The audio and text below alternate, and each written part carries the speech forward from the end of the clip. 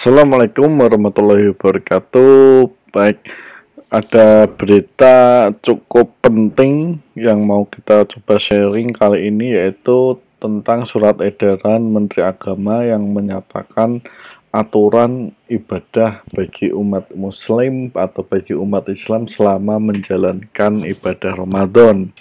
Nah, kita tahu bahwa sebentar lagi tanggal 24 April ini orang-orang Islam mulai menjalankan ibadah Ramadan.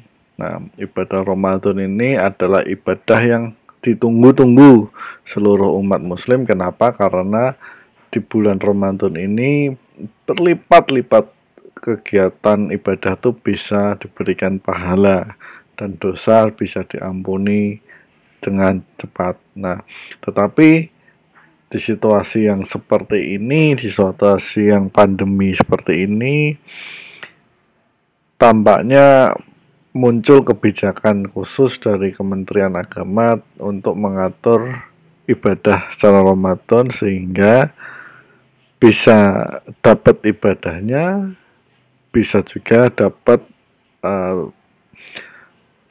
pemutusan rantai penyebaran virus COVID-19. Seperti apa mekanisme ibadahnya? Yuk kita sama-sama pelajari. Nah, sebelum masuk materi, biasa kalian bisa download aplikasi kita di Google Play Store, namanya Ngomongin Hukum ya, gratis, atau kalian bisa follow Instagram kita di @ngomonginhukum. Itu langsung masuk ke materi.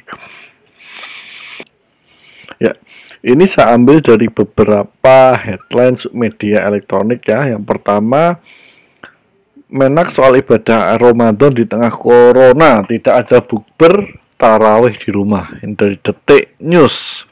Kemudian dari CNN Indonesia, sholat tarawih di rumah, sholat id ditiadakan. Waduh.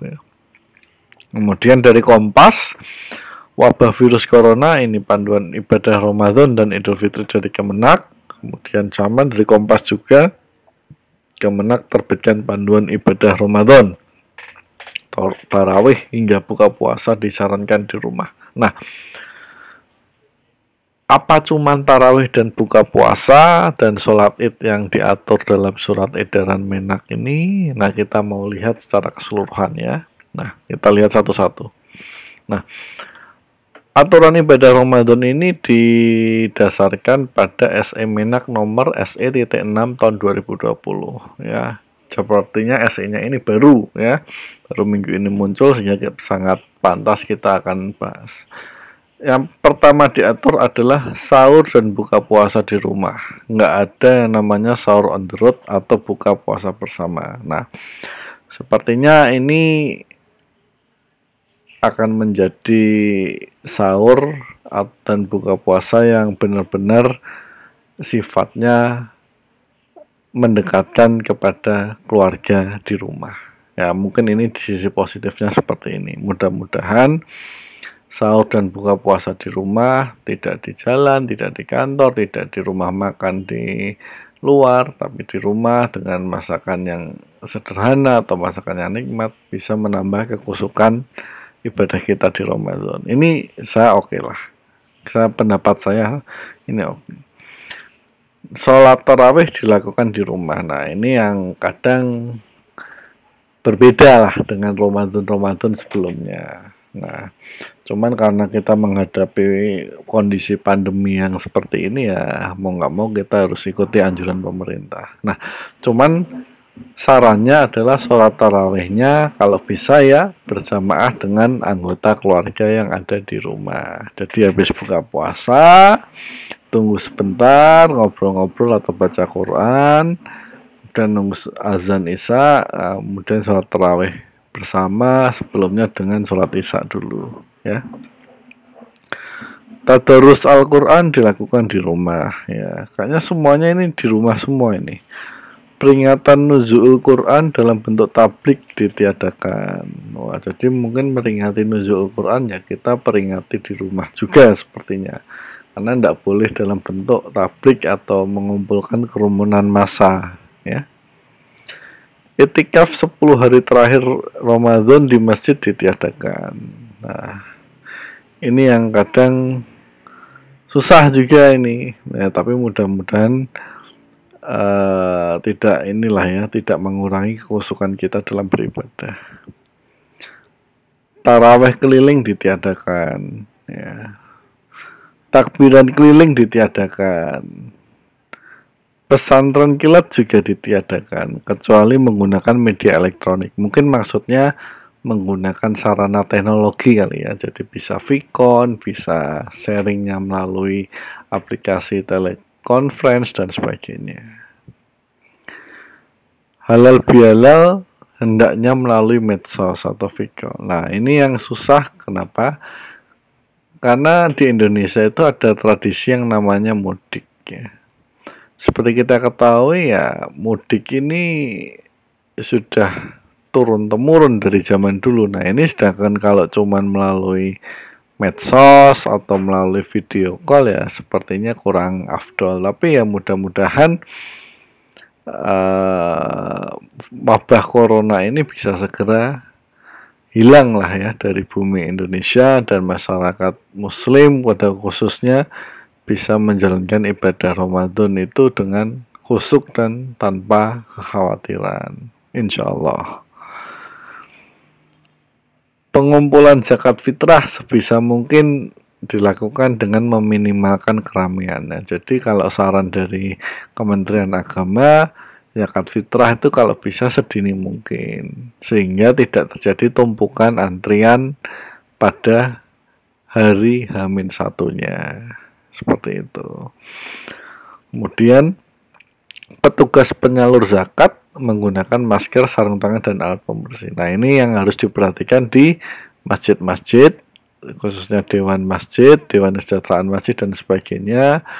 Para teman-teman atau saudara kita yang penyalur zakat ya harap diperhatikan juga perlindungannya terhadap wabah corona yang saat ini masih melanda negeri kita. Nah, cuman dari semua aturan yang diatur di sini ada satu klausula atau frasa penutup yang mudah-mudahan frasa penutup ini bisa menjadikan kenyataan, atau semoga frasa penutup inilah yang akhirnya digunakan dalam menjalankan ibadah Ramadan. Apa itu frasa penutupnya?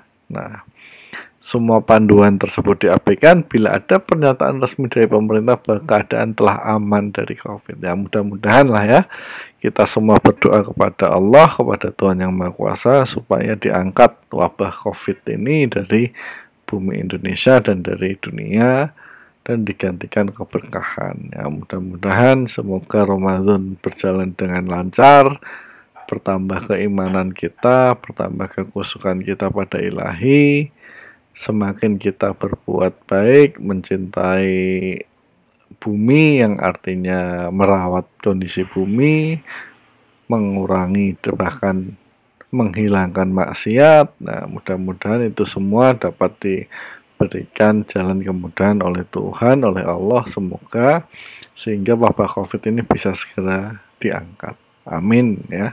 Itu saja tadi panduan ibadah oleh Menteri Agama melalui surat edaran Kementerian Agama nomor SE.6 tahun 2020.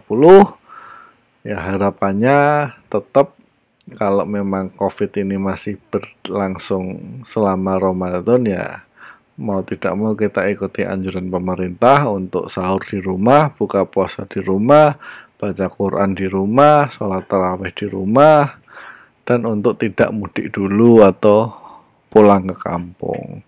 Tetapi yang paling penting sebenarnya semoga semua itu bisa segera berlalu lah COVID-nya. Ataupun kalaupun memang masih harus kita lewati Ramadan dengan COVID ya moga tidak mengurangi kekhusyukan dan keikhlasan kita dalam beribadah di bulan Ramadan. Itu saja dari saya, terima kasih sudah menonton, mudah-mudahan bermanfaat bagi Anda semua, bagi kita semua. Apabila ada kesalahan ya mohon dimaafkan. Kritik dan saran saya sangat terbuka. Terima kasih sekali lagi. Assalamualaikum warahmatullahi wabarakatuh.